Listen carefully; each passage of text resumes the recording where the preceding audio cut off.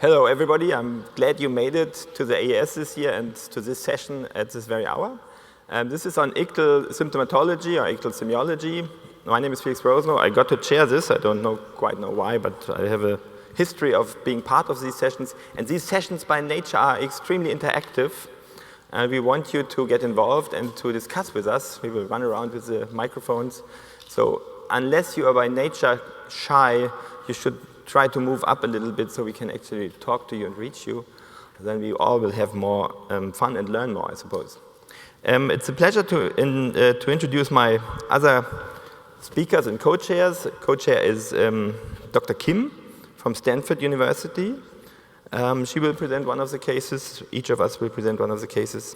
Then we have Dr. Michael Fong from Sydney, Australia, who made it all the way here.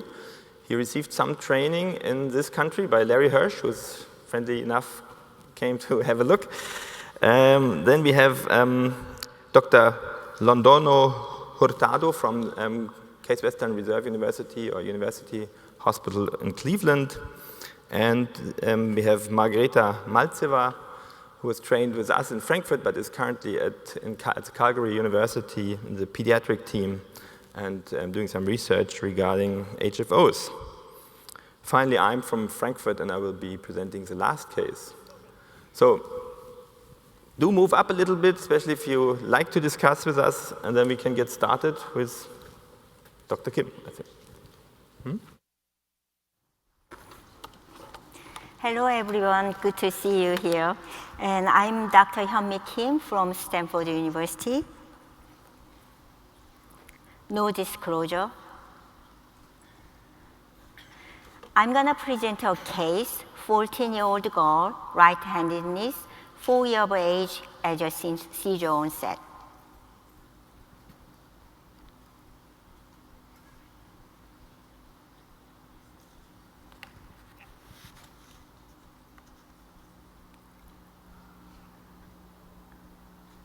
Could you make a sound?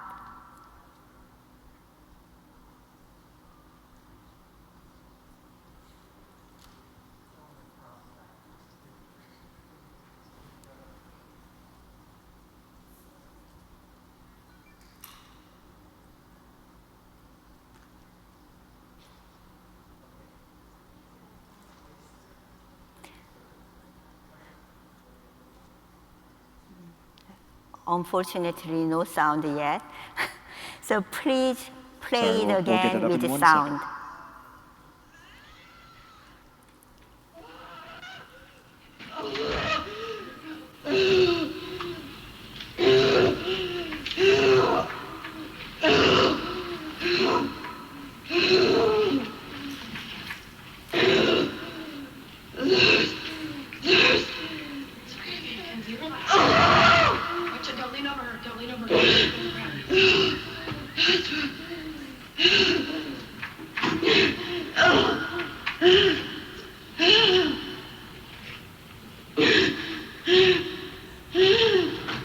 Could you play it again with the sound?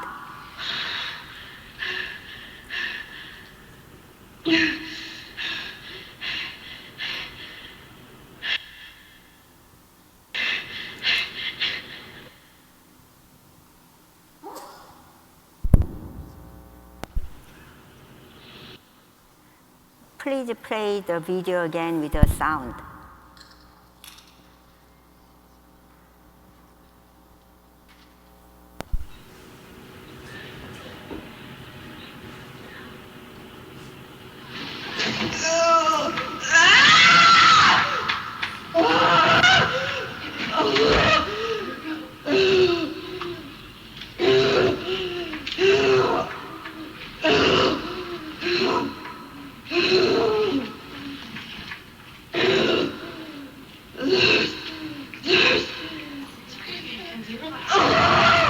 You can stop the video.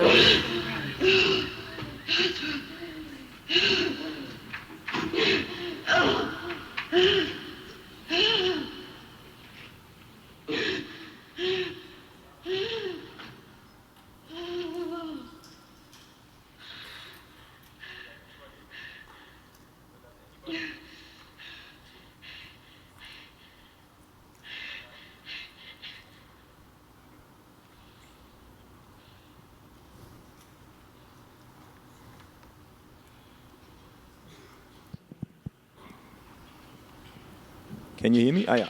So does anybody want to comment what they have seen, how they would classify the seizure, and what they would deduce from it, where this might come from, what kind of epilepsy might be present?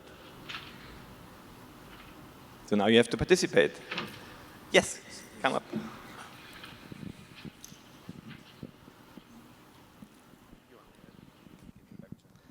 Hi, my name's Philip McCarthy. I'm from Corewell Health in Grand Rapids as a fellow. But just from the Ictal Semiology, she's got lots of hypermotor activity, side-to-side shaking, bilateral leg movements that didn't seem like bicycling. Her vocalization seemed more like screams and groans that were not so guttural, but not an ictal cry either. So afterwards, she seemed to be kind of sobbing in what sounded more like cries of terror to some degree. So maybe would suggest anterior cingulate or some kind of frontal etiology. Thank you very much. Any other opinions regarding this? I almost agree. Just a question that when you interviewed the patient after the seizure, did she say that she's angry or she's fearful or anything before, before the vocalization? Did she feel any pain or any panic attack or anything like that? She doesn't have the panic attack, but she felt some epigastric discomfort stomach as aura, and fear. So the epigastric aura comes first? Yes, discomfort. It's not typical butterfly feeling. It was just discomfort in the stomach, yeah. But So no the other panic. area is the orbitofrontal, or temporal tip can give hypermotor seizures as well. So. Yes, so you mentioned the aura is fear and some epigastric discomfort. Does she get tachycardic during seizures? Yeah. Yes. Tachycardic. Because I think there are a couple of important signs we see here. First, we see this movement above the head, with both arms rising. This is often seen when there is an activation of the CMA, or cingulate motor area. Perhaps also SMA is involved. And then you have this hyperkinetic, hypermotor behavior with side-by-side, axial, truncal movement. So there is lots of medial, frontal, and cingulate motor area involvement, but with those other features of affective and emotional and fear, make you suspect the paralimbic areas, part of the network, anterior insular, orbitofrontal, amygdala, feeding to the cingulate motor and medial frontal. That would be the network I would suggest. Now, in terms of lateralization, this is going to be difficult because if this is an MRI negative case and you're planning surgery, you're likely to have to implant bilaterally. Of course, you have to look at the EEG and imaging. But there was some grasping behavior at some point, and when the arm remained elevated on the left, some suggest this is usually ipsilateral, but I think this would be a soft, call in this case. Thanks, but that was an extensive analysis. Any other opinions? Maybe somebody has another clue regarding lateralization.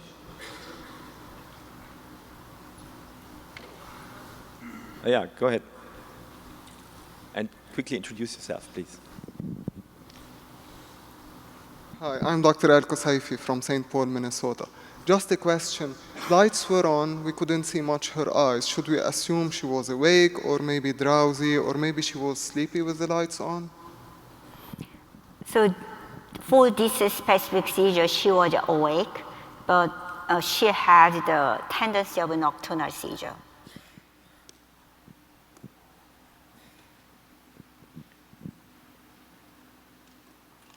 So I think at this point in time, you may go ahead and show us. So thank you for comment. Very good the experience and explanation. So I can summarize this seizure as aura followed by hyperkinetic seizure, and she had uncomfortable sensation in stomach, and I could cover her eye for the video privacy protection. However, she had the explosive fear with wide opening eyes, and her eyes looks very scared. And after that, she flight and kind of defensive arm withdrawal, and she screamed, and tachycardia was seen on EEG, and then repetitive rhythmic twisting body movement. And as I told you, the nocturnal seizure tendency. Seizure duration was short, 10 to 45 seconds, and she had 1 to 3 every night. Uneventful clinical history. She was taking lacosamide and oxcarbazepine, and she tried 5 different anti-seizure medication with no success. This is the scalp EEG interictal. You can see very diffuse, but maximum maybe left side. This is bipolar montage with time-based 10 seconds, so left, right, midline proportion. Maybe someone in the audience wants to comment on the EEG. Yeah. We have EEG specialists here. Anybody? Okay. Larry? I think I agree with Hinmi. Like it looks like the left frontal kind of leading to the right frontal. You know, like this could be any part, orbitofrontal or anterior temporal pole or mesial frontal. You cannot really say, but you can say that scalp EEG looks like a frontal, probably a little bit lead on the right. Left. Left side. Yeah, yeah. And another type of interictal EEG showed like this. It's very diffuse, non-lateralized at all. And scalp EEG ictal pattern, you can see the burst of the spike and wave complex lasting 1 second. This is 20-second time base, so about 2 seconds, and followed by movement artifact. And it was not lateralized very well in the beginning. And all movement artifact. And about 20-30 seconds later, you can see the pleomorphic medium amplitude delta activity in the right side hemisphere, in the mainly like a whole over right side hemisphere. And next evolution, you can see better organized delta activity. So scalp EEG was, onset was not lateralized, but evolution was prominent in the right side. And we did MRI. MRI showed the hippocampal incomplete inversion, or the other name is mild rotation. You can see the left side, there is a little round and vertical, and a little medially positioned hippocampus. This is a characteristic of hippocampal malrotation. And you can see also a little deep collateral sulcus. And ventricle size, left side is bigger than right side. So there is some non-specific finding lateralizing too. Maybe right side is something going on. PET scan was not positive, even temporal lobe was bilaterally symmetric, no evidence of decreased glucose uptake. So this case is MRI non-specific focal epilepsy. So what's your hypothesis and seizure generator or network? And we plan to do stereo EEG. Where are you gonna place the stereo EEG? May I just ask, does the EEG pattern help you here? Does anyone want to make a comment on that? Does the interictal EEG pattern or the ictal EEG pattern help you decide where the potential candidate zones are?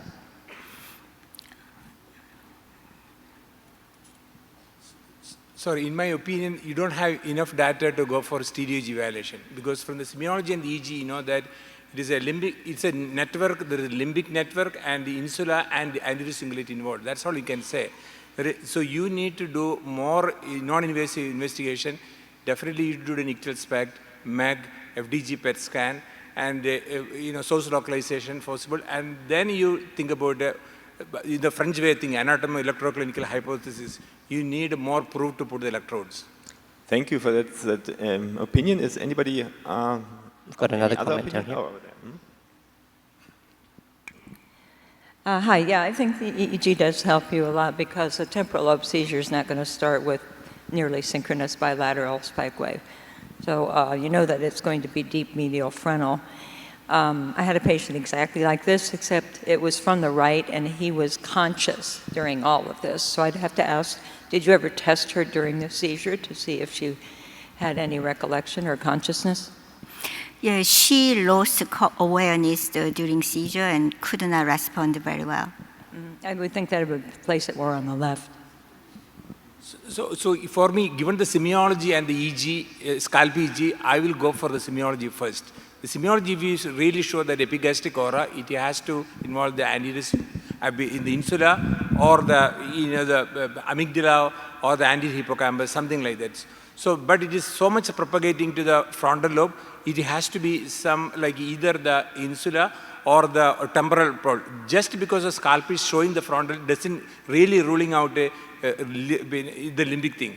So recently there is a neurology article came from France. When they do the intracranial EEG corresponding to scalp EEG, many of those things, you can have this kind of pseudo-lateralizing look. Scalp EEG just to give some highlight where to put the electrode, but you have to, based upon the semiology and other monitoring, MEG and all the stuff you need to take into consideration. I'm going to expand on the comment that was made down here. I mean, if you're thinking about the ictal generators of fear, you are in, amygdala uncus, anterior insular, and then anterior cingulum.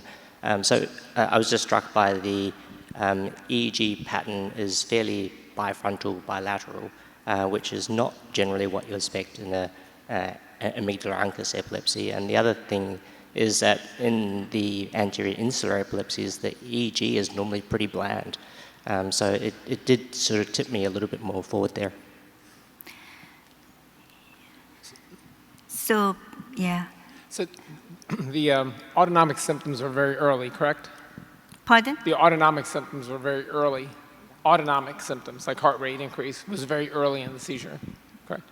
So I think with the fear and the epigastric sensation, particularly if it's like, that is pretty classical for very, I'm not saying this is where it begins, but for medial temporal amygdala and ventral anterior insula. So that network's getting activated. Doesn't mean that that's where it's beginning, all right?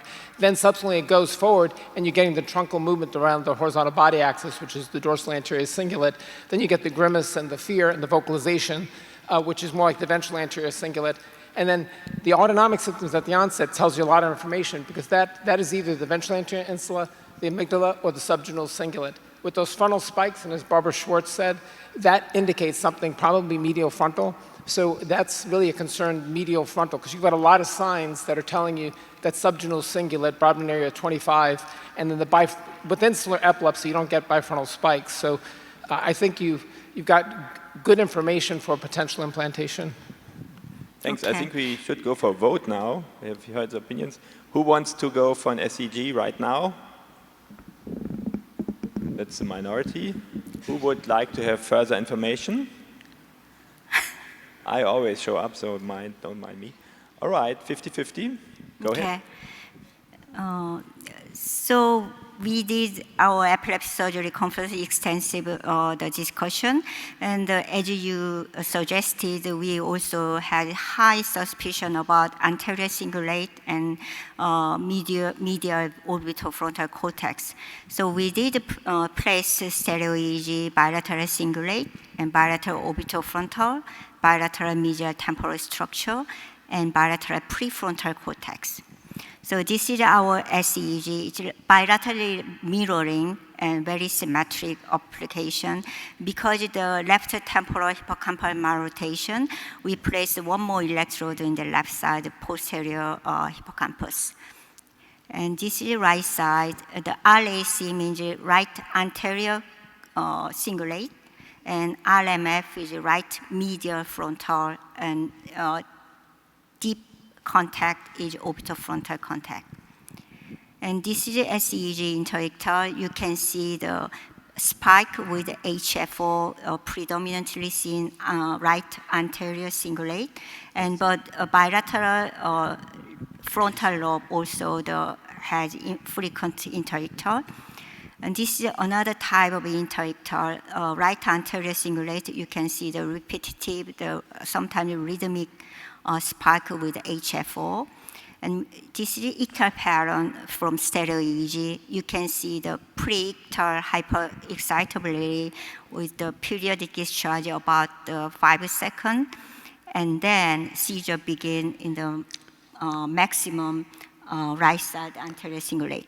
Do you have anterior insular coverage? We didn't do. Because anterior insula is connected to cingulate as well Yes. as orbitofrontal and mesial temporal. So. Yeah, but based on the scalp EEG and seizure semiology, our hypothesis was more like a frontal. Temporal coverage was done because of the MRI finding and aura. So this is the evolution pattern of Ictal, and if I zoom in the specific selected electrode, you can see the right anterior cingulate is the onset. This is 5-second time base, and it evolved in this way. So this is the specific contact of where seizure coming from based on stereo EEG monitoring. So green is RAC, and pink is RMF. They are close together, and we did lead that area. So pre-genual and supracallosal cingulate gyrus, as well as the orbitofrontal mesial, we did ablate. So patient had a few seizures immediate post-op in first 2 weeks. It was a lot less than daily seizure. However, and then 5 years seizure-free until now, and no memory impairment, and she's still taking monotherapy, oxcarbazepine, but she had a new family with having a baby.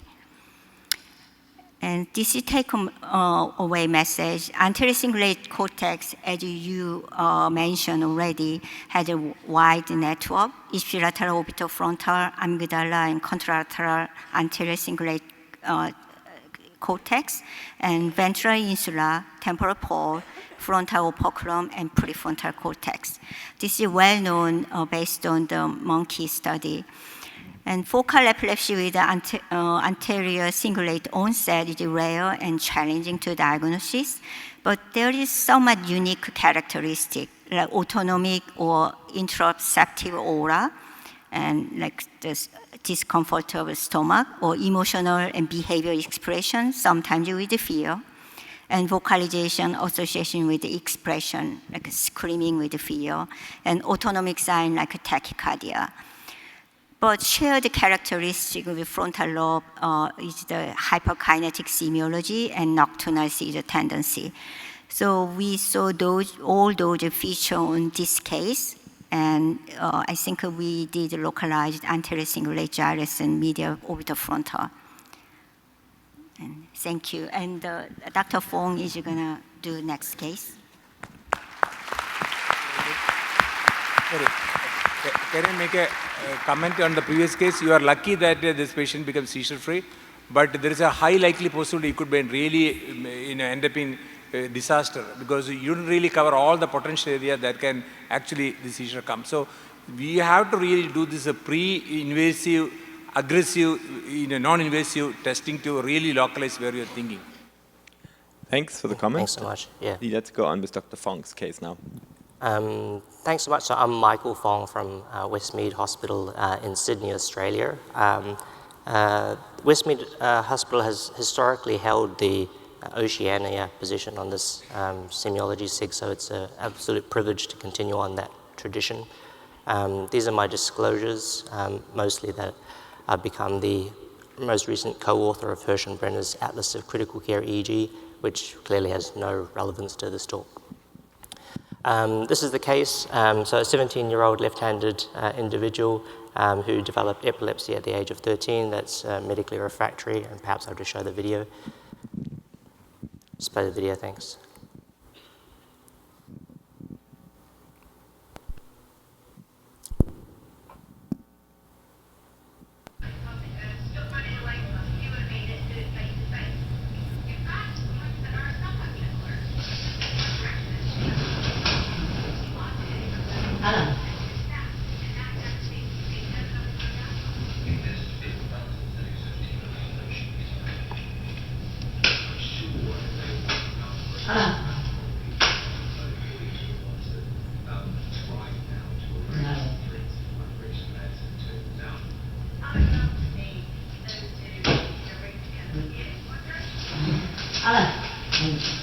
Oh,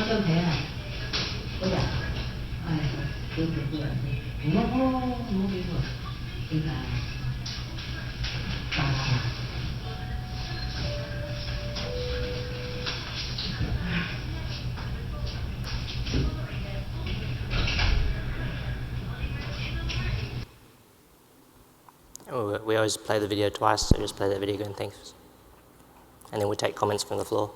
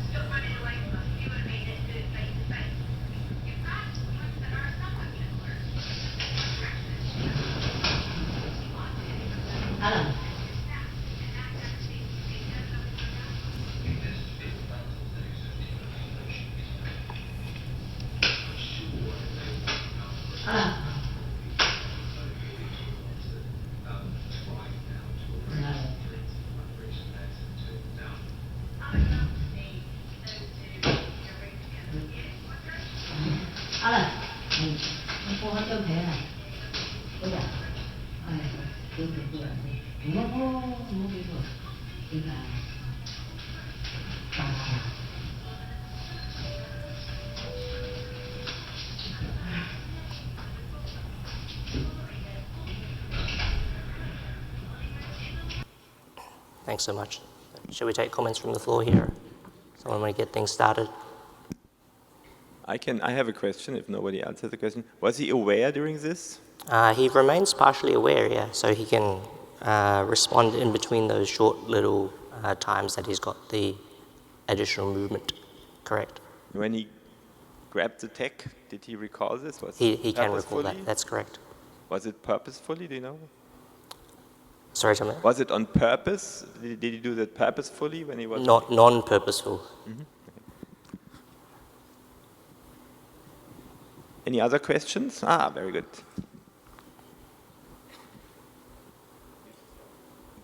I'll take a go at it.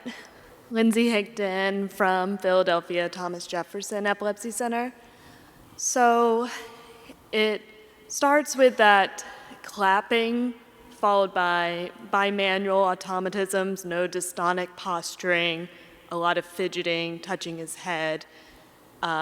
Notably, it looks like he says no purposefully, so maybe intact language, but hard to say. But based on the history you said, he can sometimes speak and is in aphasic during these. And is the movement an automatism? Sorry, what? You said automatisms. Is the movement that he has an automatism?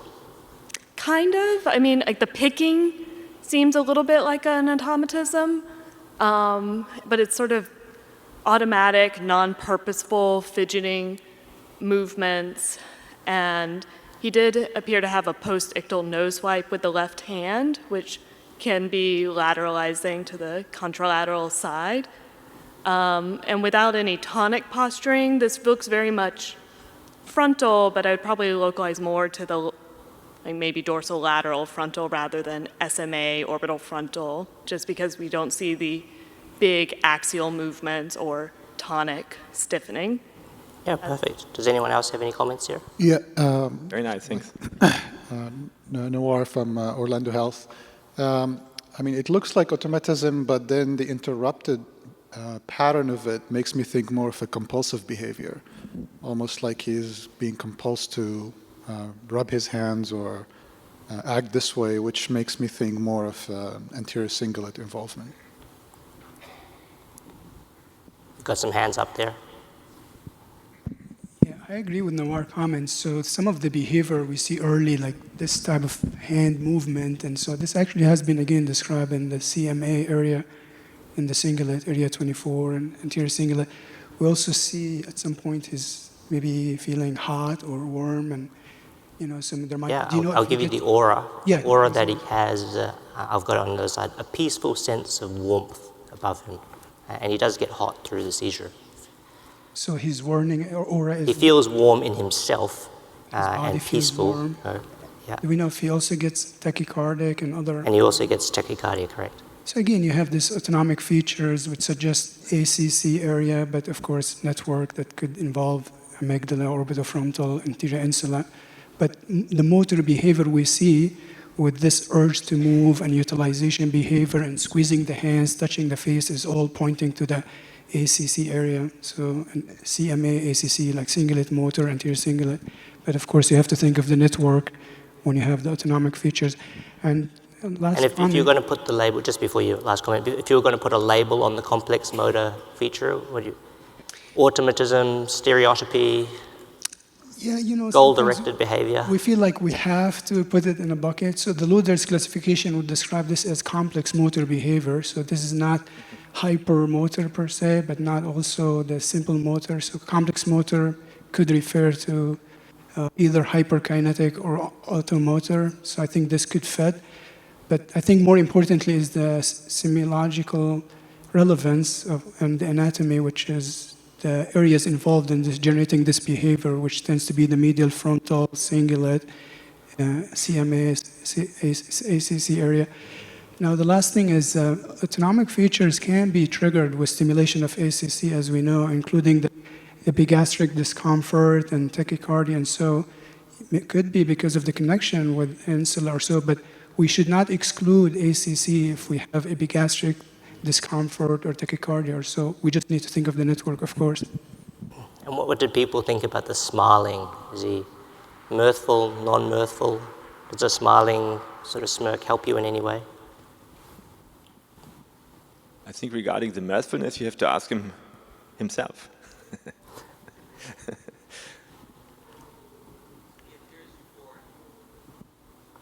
Sorry? There's a comment over there.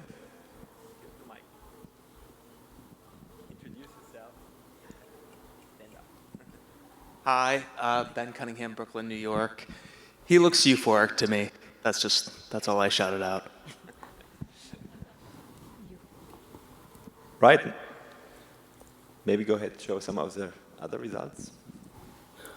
So those are just some of the seizure semiologies that we've already spoken through. This is his EEG, average referential, just to demonstrate that he has a fairly main population of discharges there at F4, to some extent FZ, and his interictal EEG shows most likely generalized paroxysmal fast activity. It was hard to differentiate aside there with that PFA. His ictal rhythm on the scalp is actually, again, paroxysmal fast activity, but lower amplitude and higher frequency. And you can see that he was interacting in between some of those things. It's because he gets a very short, 10, 20 second run of the actual seizure activity, and in between times he's immediately responsive. So just when he has the termed complex motor activity is when he's generating the seizure generator. This is the MRI co-registered PET. The cingulum on the right-hand side is perhaps thinned. I'm obviously only showing one of them. Oh, right. Anybody wants to comment on the PET? See any asymmetry?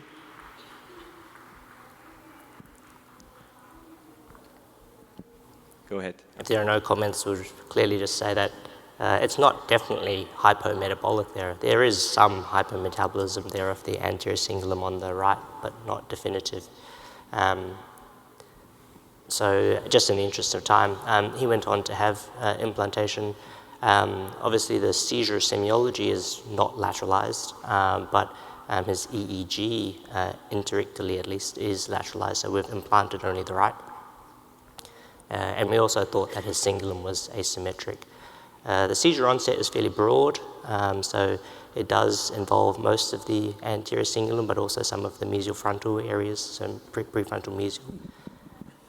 And he went on to have that resection. Again, this is 2014, so this is before laser ablation, and the pathology demonstrated type 1A FCD. His EEG, he has been seizure-free for now coming up to 10 years. His EEG still demonstrates the interictal population of right frontal sharp waves, but we've eliminated the PFA, and he's gone on to do very well, and he's gone on to do nursing. So this is just the discussion mostly about what you think this stimulation represents. So this is stimulating there at H which is technically the anterior portion of the mid-cingulate. And just show that again, sir. Just play that video again. Set in front of you again like that, right, both of them, that's fine.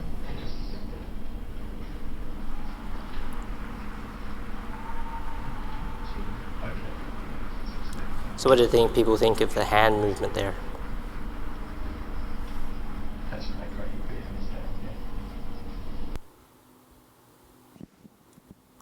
Anyone?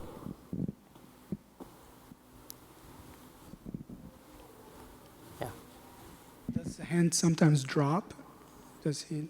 His hand drops, correct. So interestingly, when you stimulate those patients, if you don't ask them to raise their arms, sometimes the patient will tell you, I can't feel my arm, or it's numb. But then when you examine them in this correct position and you stimulate this part of the cingulate motor area, sometimes you lose tone.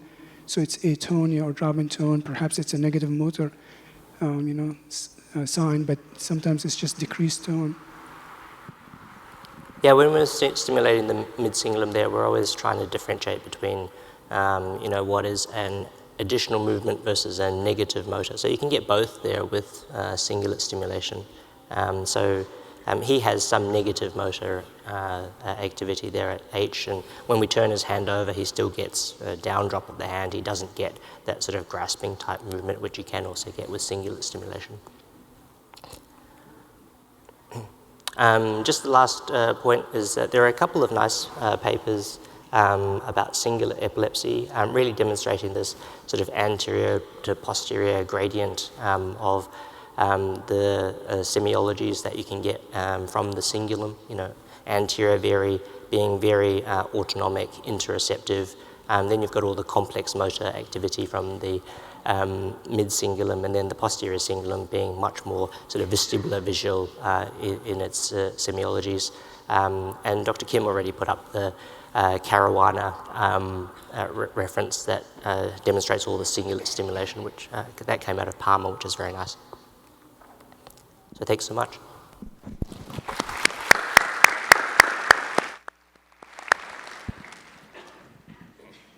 Next case is by Dr. Londono Hurtado from Again, so can I ask a question? So you are saying that it is from the anterior cingulate cortex that the seizure originating, but patient is end up in a big frontal resection. That makes no sense. So this is what I find many centers don't doing the real intensive pre-surgical workup. They just put electrode and take out whatever they think, and then they only present and discuss the cases with positive results. So how many patients failed, we don't know. These patients, the semiology just a pure, there's a primary automatism. So it could be a limbic network involved. It could be connected to anywhere. It can be from the cingulate, or it can be from the insula, or the mesial frontal. So you have to further localize with the other non-invasive testing, and then go for the resection. This is, my opinion, it is a very, very scary approach. It is true, and sort of based on a comment earlier in terms of at what point you would implant and where you would implant, it has been the practice of certain centres, including ours, that we wouldn't implant the anterior cingulum without the anterior insula. True. And so, in terms of the threshold of when we would progress to stereo EEG, we would have to cover all of the possible seizure generators or ictal onset zones within a single study.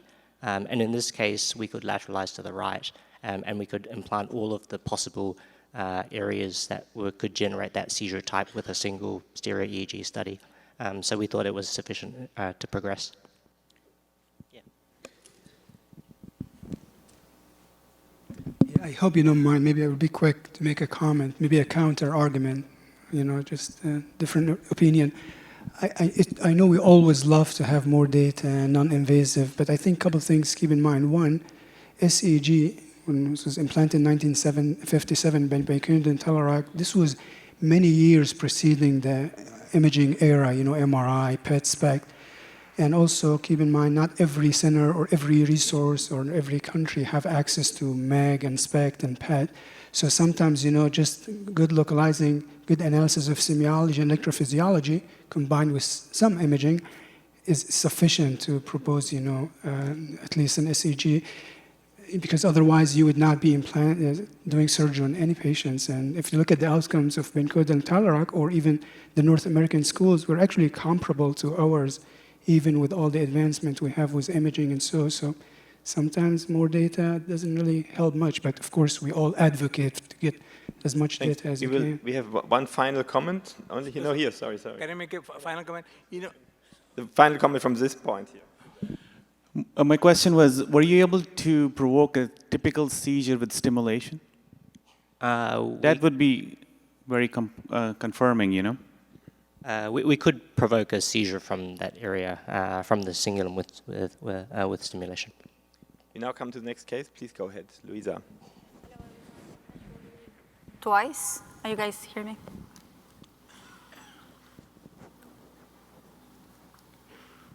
So she's a 52-year-old woman, left-handed with a seizure onset at 8 years of age. And this is the video. Which one do you think is the symptomatogenic zone or the epileptogenic zone? Anyone at the back half of the room? Oh, we can start up here, actually. Hi, I'm Abril Marone. I am from Buenos Aires, Argentina. I think the first sign we see here is a grasping movement on the left hand. Then we hear vocalization, and then we can see an ictal fear expression in her face. Then we can see, I don't know, but I think it's a more integrated complex motor behavior. It's like she's trying to run, but in her bed. And I don't know, but I think when they tell her to name some things, she can't. So I don't know if she has an ictal, post-ictal aphasia, maybe it can lateralize the zone. So I don't know, maybe it's like orbitofrontal or anterior cingulate because of the first things we saw, but it can be another place. So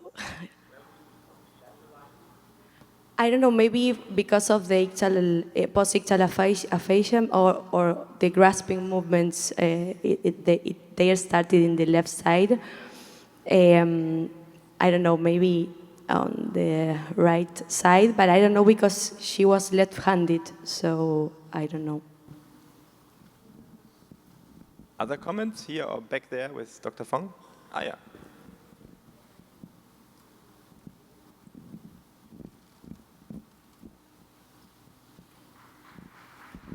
Yeah, I think the lateralization is difficult, probably because of the left-handedness, because you see her following commands. She does say something early on, but then is she really following commands because the nurse shows her what's to do? So it could also be mimicry. So I think it's very difficult in terms of the lateralization. Maybe this is all about cingulate epilepsy, so it could be anterior cingulate.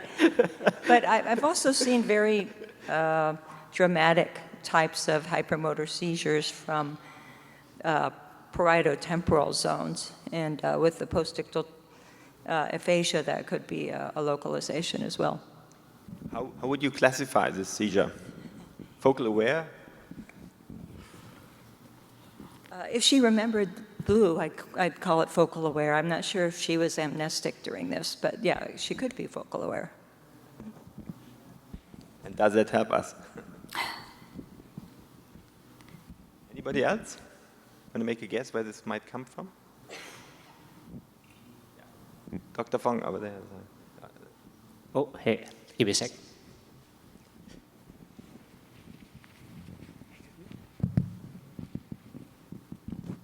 Just one quick observation. I think there was bilateral blinking at some point. Is that right? Was there bilateral blinking? We didn't see any, ictal blinking by itself. But, okay. Yeah. Is it an aura or? Yeah, she said, like, I feel something coming over inside me, nothing else. She couldn't describe it better. Yeah. Do you know if there is a tachycardia or other autonomic? No, that's a prominent sign. Nothing. And I didn't realize I didn't introduce myself, Abed Alwaki at University of Pittsburgh.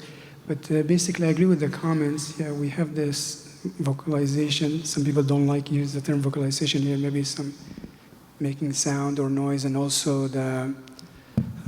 I felt maybe there is change in facial expression, and then there is some grasping and hand movements, and then there is this bicycling, shuffling, some type of hypermotor, hyperkinetic. So it is true that hypermotor seizures or hyperkinetic are not only seen in frontal lobe epilepsy, so people should be mindful, but typically this is the symptomogenic zone, like you said, the medial frontal, area 24, area 32, you know. But of course you can have a seizure, as everyone knows, start more parietal or insular and then spread and produce the hyperkinetic, hypermotor. That's why we need to look at the data in totality. But it seems the motor behavior we see is mostly in the ACC, mid-cingulate, but of course orbitofrontal and other areas that can be part of the network depending on other features. Any lateralization? I agree it's going to be difficult, but I'm not sure if you have other signs that we may have missed that could help, but... There's a follow-up comment from her here. So I think so. At some point, I saw that she was blinking on both sides, and I think that will push me to consider the parietal onset. The other thing is it's a little slow. I felt for like an explosive frontal, mesial frontal onset. So I'm not very confident I'm on the mesial. At the onset, she had this rhythmic movement of the left hand, which may be a wrench, which could be an indication of a contralateral onset. However, it started very early in the seizure, which doesn't have a very strong lateralizing sign, but I would say the wrench happened on the left, so I would maybe lateralize to the right more.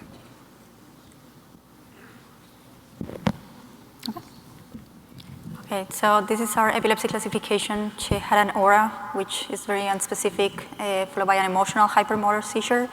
She really had an ictal aphasia and post-ictal aphasia.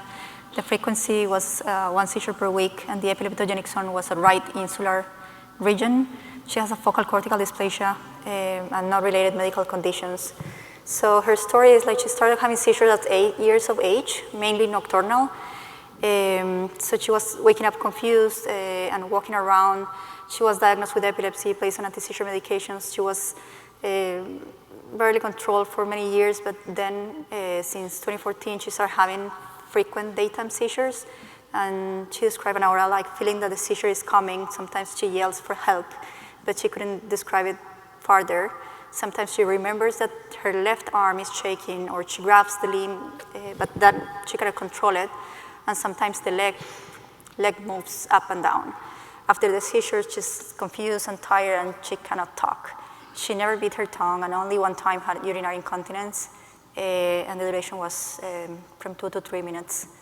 This is our scalp EEG when we saw mainly F8 spikes, followed by FT10, then F4, T10, T8, and the other population was SP2 maximum.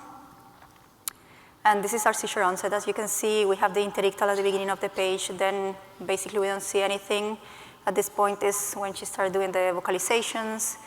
Then this is a 20 seconds page.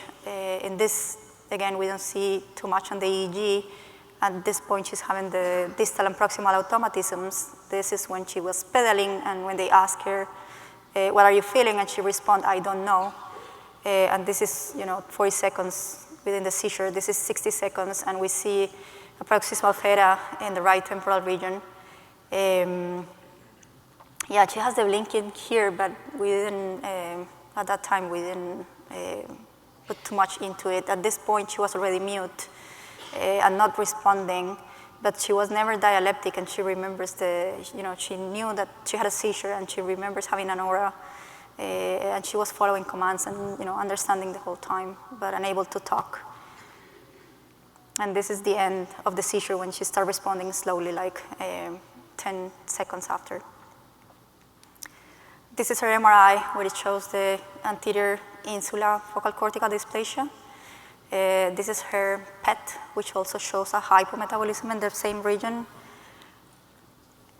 And then we did some SIG study, because this is a lesional case and we were planning to do thermocoagulation. We just put an electrode in the anterior insula. So the one that is called AI and PI are both in the anterior insula. The one that is called PV is more in the periventricular region, and the FO is the frontal operculum.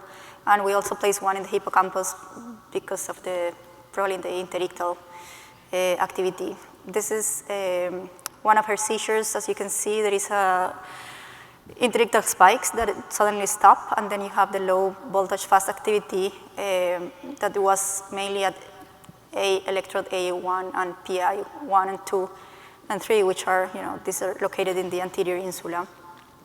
This is, again, like a close-up of this activity, and this is 15 seconds, which is still, very localized to the insula, and after 30 seconds, it goes to the hippocampus. Of course, we're kind of biased because we didn't have any electrode, in the frontomesial region, but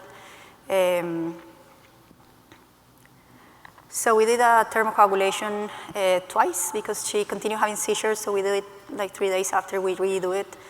And at the end, she was seizure-free for 4 months. Right now, this is probably 6 years ago, so right now she's still on Keppra, lamotrigine, and clobazam with a seizure frequency 1 to 3 per month. She was, we proposed to do an anterior insular resection, but she refused. So just like take-home messages is like, as we all know and we discussed, not every hypermotor seizure is coming from the frontal lobe. 30% can be extrafrontal, and up to 15% can also come from the insular opercular region. Things that can help to differentiate from the frontal are, if the patient has an aura, if the seizure is longer than 60 seconds, or if it is more than 5 seconds delay between the awakening and the onset of the hypermotor behavior. Also, insular semiology is very heterogeneous because of the early extrainsular spread. It's highly connected with the mesial frontal anterior cingulate, and also subcortical regions that can explain, the hypermotor seizures. So even the hypermotor is more, the insula is the epileptogenic zone, not the symptomatogenic zone for the hypermotor seizures. And it's been described mainly in the anterior insula, but there are some reports coming from the posterior insula too. Thank you. Thank you.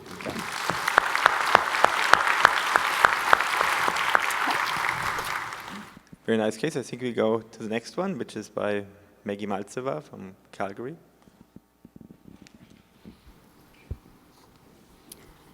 Hello, my name is Margarita Maltseva. I'm a postdoctoral fellow from the University of Calgary, and I'm going to present you the 4th case today.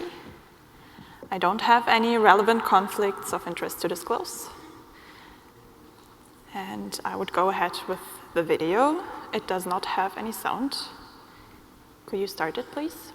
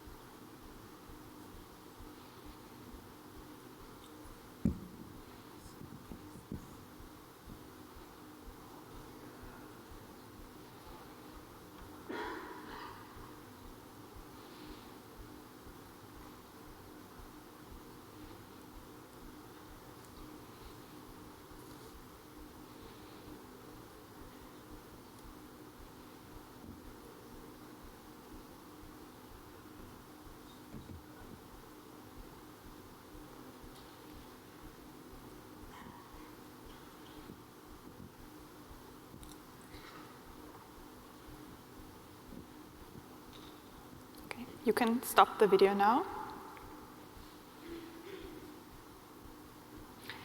And now I would like to play it again. Or maybe do you have any comments before we play it again?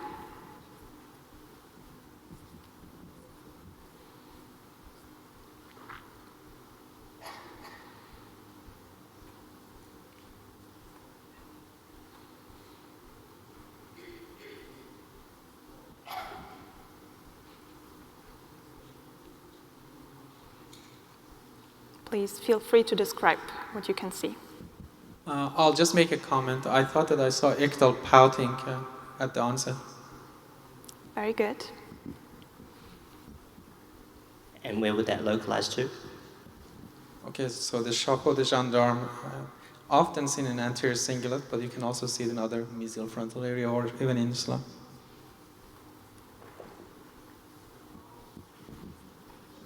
Some would also consider orbitofrontal / operculum in that list.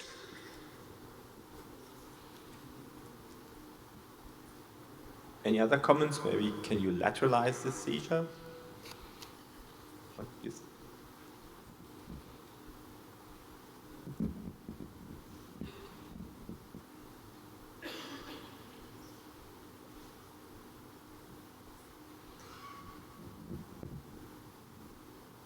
Dr. Halopian, which side of the brain is this coming from, the right or the left? It might be difficult for us to see on the video, but do you think the left side is mostly the one affected with the clonic movement, or you believe it was symmetric? Or if this was the last clonic beat or asymmetric ending? There was no asymmetric ending and no last clonic jerk. Because I agree with the beginning, with the chapeau or the ictal pouting, and it seems like the patient turns to the right. Again, I was thinking it might be lateralization, right-sided, but this again, when you're thinking of medial frontal and cingulate, you have to be careful with the lateralization, especially when MRI negative. But I suspect this is an area involving the ACC, perhaps on the right. But we have to, again, look at the data. Any aura or? No auras. Okay. Yeah. How would people describe the rest of the mouth movement? So you have early chapeau, but then you also have some other features there. Anyone else care to expand? Yeah, after the chapeau, she seems to open the mouth, which points more towards frontal operculum, rather than.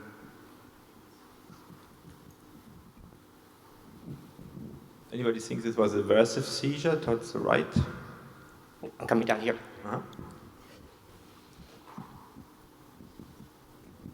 Hi. I was thinking the lateralization could actually be on the left, given that she turns to the right, and it seems that her head is more versive as the seizure progresses. We don't have a great look at the face, but presumably the eyes are also to the right, so I would favor more of a left lateralization.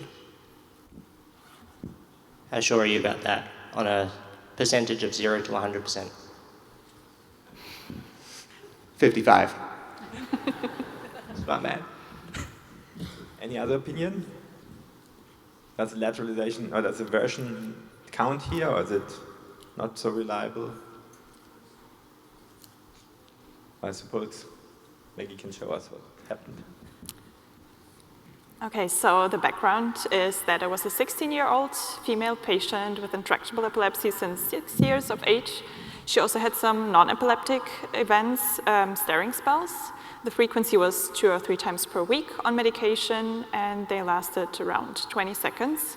And as you can see, the past medical history, the developmental history, family history were unremarkable. The only ongoing issue was a depression during that time. And on the EEG, you could see seizure onset in the frontal area, but it was very hard to delineate if it was the left or the right side. And you can also see a right interictal discharge. The patient had right and left frontal interictal discharges, but predominantly on the right side. And going on in the seizure, you see that it stays focalized in the right or in the frontal area, one can argue, and some furthers postictally. The patient was MRI negative, but the interictal PET showed hypometabolism in the dorsofrontal area and also the anterior insula, and over the years it expanded into the nasofrontal and the temporal areas as well. So do you have any ideas now for further procedure? Maybe we'll just start with the lateralization. Put your hands up if you think that it's lateralized to the left hemisphere.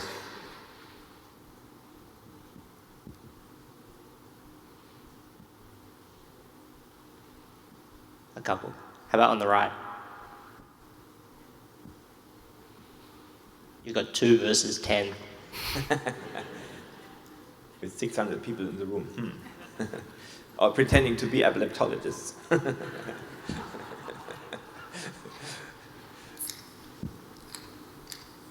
Okay, next steps. It seems a good case for SIG as the next step, or invasive recording.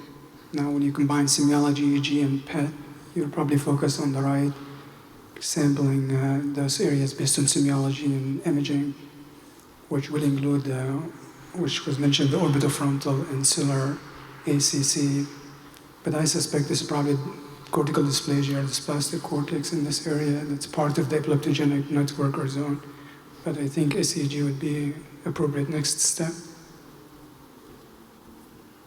Yeah, go ahead. Hang on, I'm coming.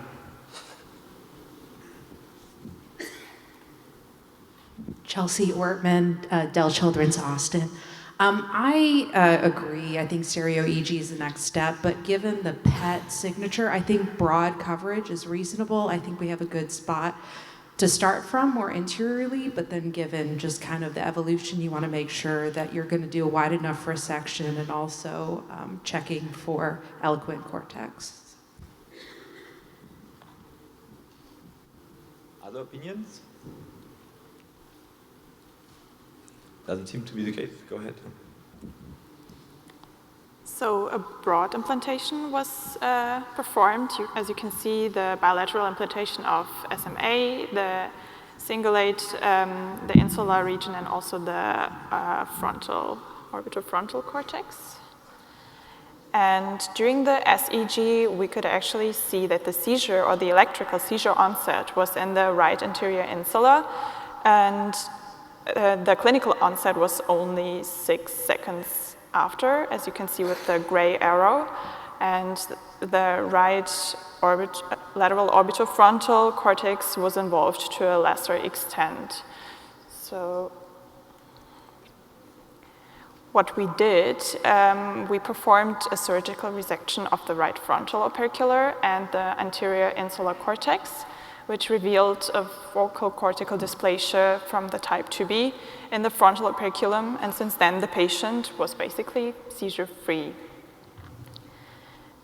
Which is also very interesting, because in hindsight, the MRI was reassessed, and we could actually see the focal, the dysplasia. So what we can take home from this case, or what we can learn, is that ictal pouting is definitely a sign which is pointing more towards the frontal lobe, but it is still very rare, so we have to stay critically once we see it. And in our case, it proved that it was not the seizure onset zone, but only the symptomatogenic zone as a result of propagation. And therefore, you should also consider, once you see that, to implant the patient or to do further diagnostics, and also evaluate the MRI critically. And yeah, just not go ahead from the first scalp findings. Thank you.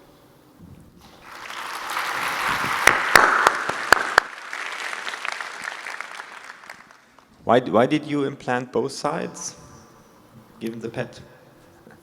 I think it was because of the lateralization on the one hand, and also we had bifrontal intracranial discharges, and the seizure onset zone was also not very clear in the frontal.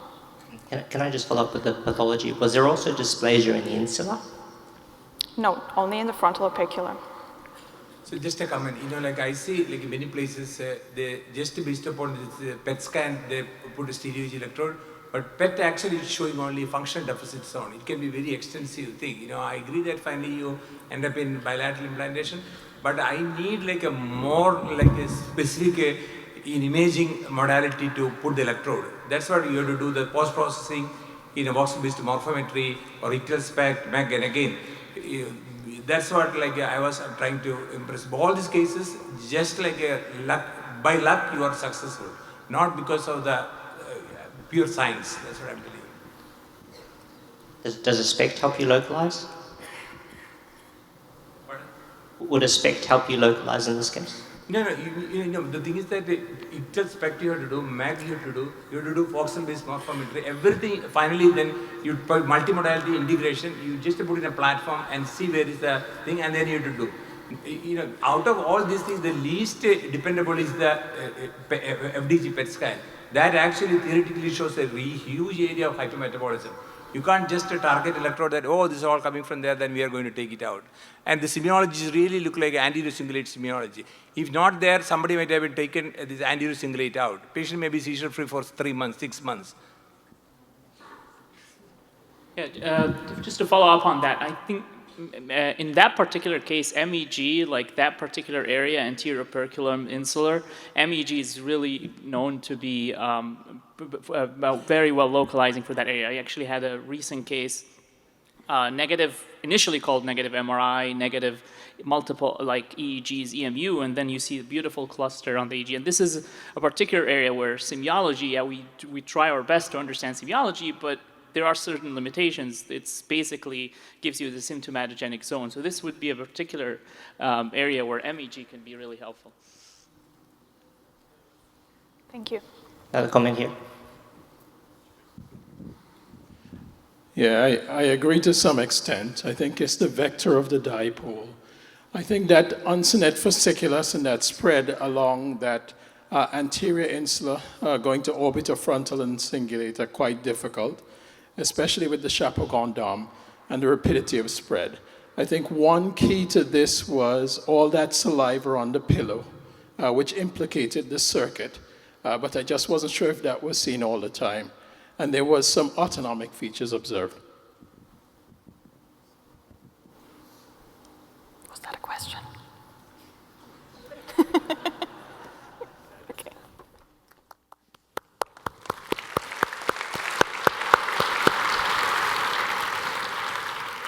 So coming to the last case, which is mine.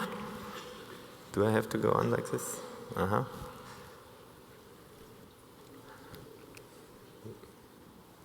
Oh, that's backup information. Let's see how long this goes. All right. Better be sure. So this is the 5th case.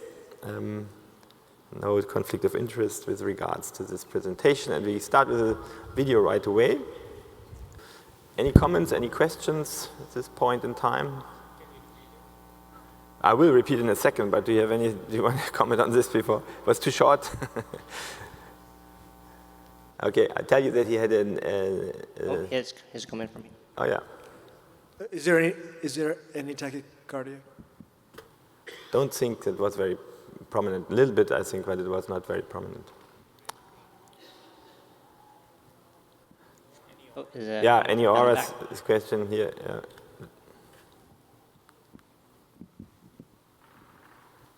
Yeah, just pretty quickly, how long did the seizure last? Just that, or was it longer? This was a relatively short one, but they wouldn't last more than 10 more seconds sometimes, and then you would sometimes get a more pronounced head nodding or head clonus at the end. Are you going to make a comment on the seizure semiology since you're standing? No. I'll quickly tell you that it was an aura, and it was a somatosensory aura which was painful, and it was involving the cheek, where he also kind of rubbed cheek on the right side of the face. And let's look at the video again, please. Hello, go ahead. I'm Carol Ujoa from University of Kansas. This might be completely wrong, but to me this screams insula. I recently stimulated anterior insula in a patient, and he did the same exact thing with the pain on right above, his eye. And then with the coughing, like there's something in his throat. So I'm going to put my money on insula. Any other comments? It's an interesting idea, but maybe there's some other ideas. No. Does sometimes the patient throw up? Is there vomiting sometimes, or just retching? And it's usually just retching. And how about salivation or drooling? He has a little bit of drooling and salivation. I see. And no change in the taste or gustatory aura? Because I agree we have features such as opercular, insular opercular. You mentioned there is some sensations on the face on the right side.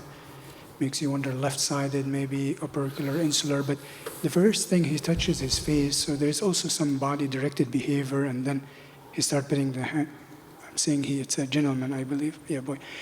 Touching the face and then the mouth. So there is also this connection between the cingulate and the opercular insular region, I would say, as far as of this network. So the nausea, retching, almost throwing up, drooling, suggest opercular, insular, but some of the body-directed behavior and touching the face initially could be a cingulate, so bidirectional, connectivity in this area. All right, any other comments? Comment from down the back here. Yeah. Just a quick question. Is he right-handed? Yes. I see. And does he consistently use the right both during the phenomenon and after? Yeah, we interpreted that he touches the face where it hurts, actually, in the moment. Oh, it's mine. And then after, I noticed he was using the right hand predominantly more than the left. Was that more handedness or was that consistent? No, I don't recall actually whether that was. Thanks. I don't think it was consistent. Certainly, we didn't note that this would be the case.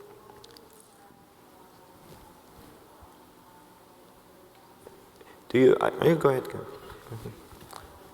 Are you sure about the side, left versus right? Left, because he was having some pain on the right. So left parietal operculum, left posterior insula. Parietal opercular, because why would you say that? It's a somatosensory painful aura. Where could that come from? It can come from parietal operculum, rarely. And other areas where it can come from? Yeah, supplementary motor area. Yeah, I was going to say, is it painful, you said?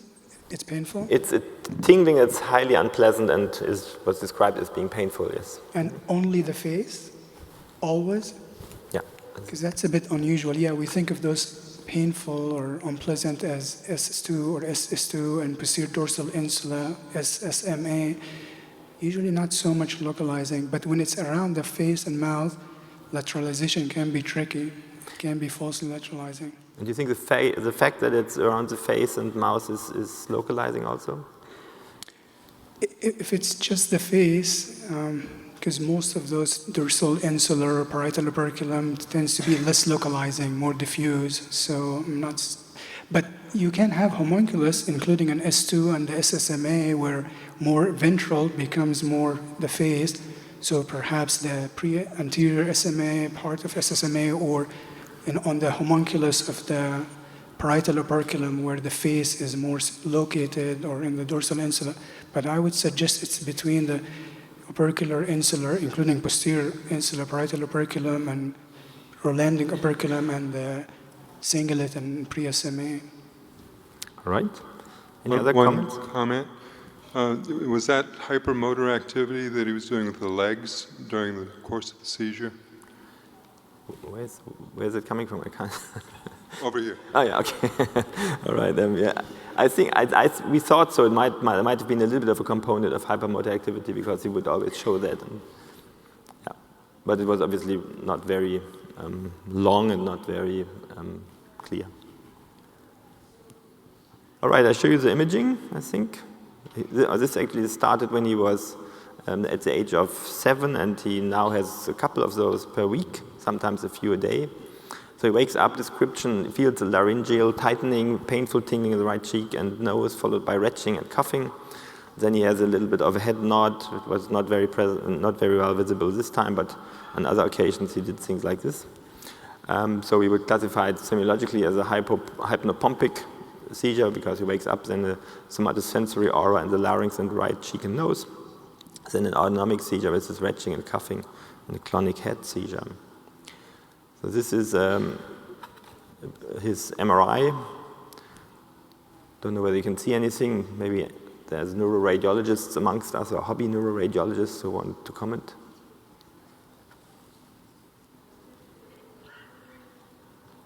some of us and some of the neuroradiologists thought this was maybe a little bit of a polymicrogyria or something like this on the left side in the posterior insula here.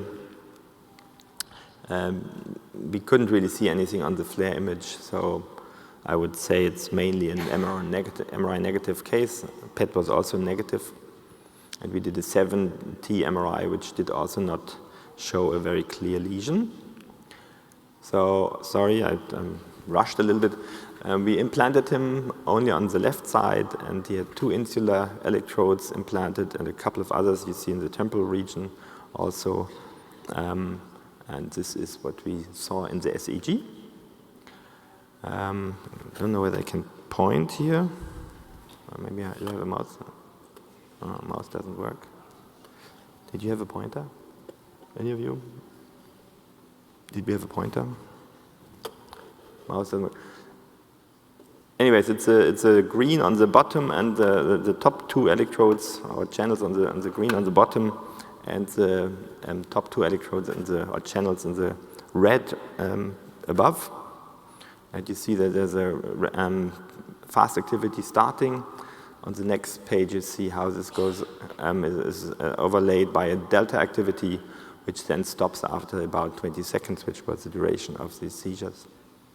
So those were both the insular electrodes. You see that on the next image represented. See on the left side, you see the interictal irritative zone, which was relatively small, was more towards the anterior insula, and you see the seizure onset zone in the anterior and posterior insular leads. See on the right the stimulation results, and most interestingly is this red spot where he had a paresthesia in the lateral nose on the right side, so pretty much representing what he felt at the beginning of his seizures. So we assumed that this was likely from the posterior insula. Some data on this, also from university hospitals by Caspar Stefani, who looked at stimulation. There's other studies from France, for instance. There's a lot of work looking at the posterior insula. And this seems to be the major place where painful sensation can be elicited. See these little black flecks on top of the red in the figure number 7, which is where you usually can evoke pain, which is usually contralateral, so it's quite rare that you get ipsilateral somatosensory sensations with insular stimulation. So we think it comes from the posterior insula in the left side. This patient, unluckily, he refused an operation, and it's probably also quite risky, this MR negative case in the posterior insular region. So he was informed that this might be a risk, and the parent refused for him to be operated. So is this typical?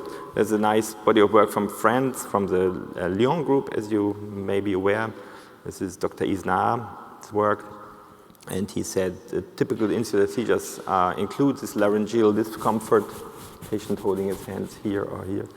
And then the thoracic oppression, dyspnea, followed by unpleasant paresthesia or warm sensation focused on the perioral region. So that seems to be quite typical, to be really restricted to the face.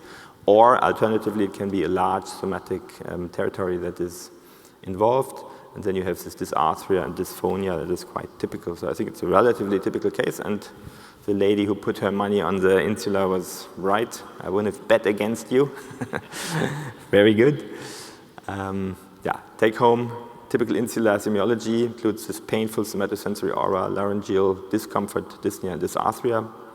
SEG is obviously a useful technique, especially in MRI negative cases in these deep lesions, because the surface EEG didn't really help us much. And there's 4 main areas of where somatosensory auras can be generated from, and we discussed this a little bit a while ago. Can be from S1 in the parietal region, from S2, can be from the insula, and sometimes also from the SSMA. Then there's some some other cases where temporal or occipital generations of such auras have been described. Thank you very much for coming and staying.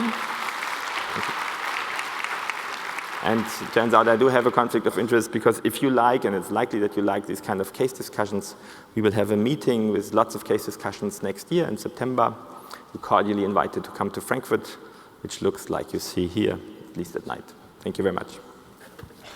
Oh, I think there's a comment. Were you able to... Hello? Yeah? Were you able to provoke a seizure, typical seizure with stimulation? No. No. That's quite reassuring if you get one. So I think as a habit, we typically do. There's a different body of work. Some say stimulation seizures are not so localizing. Others say they can be quite helpful. In this case, we didn't find anything. So thanks again for coming and staying throughout the meeting. Have a nice day.